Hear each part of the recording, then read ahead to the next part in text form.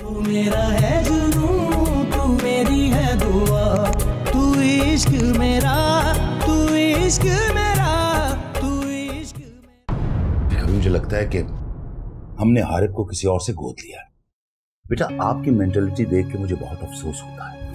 अच्छी और शरीफ लड़की और एक अच्छी और शरीफ लड़की को आप अपने साथ बाहर जाने की ऑफर दे रहे, शर्म नहीं आ रही आपको? तो चलो फिर कहीं लंच पर चलते हैं। क्या? किस खुशी में?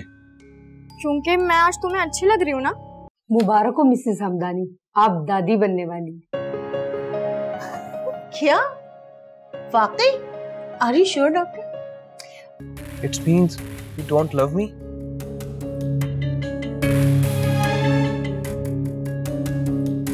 बेटा मोहब्बत तो रब ने हमारी फितरत में शामिल की है और हमारा दीन फितरत के करीब तर है। मोहब्बत करना कोई गुनाह नहीं है बेटा।